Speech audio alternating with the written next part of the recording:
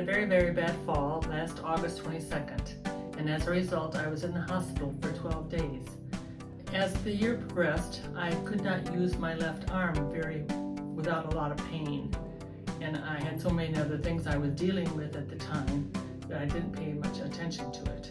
I was having some tests taken, CAT scans and a PET scan, and I mentioned this to my oncologist, and I have breast cancer, and I thought maybe it was related to my breast cancer.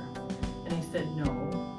He said, why don't you see a physical therapist? And so that led me to coming to McDonald's, which is very close to my house. And before I went to McDonald's, I had a lot of pain. I couldn't do the things I had always done before. And I came to McDonald's.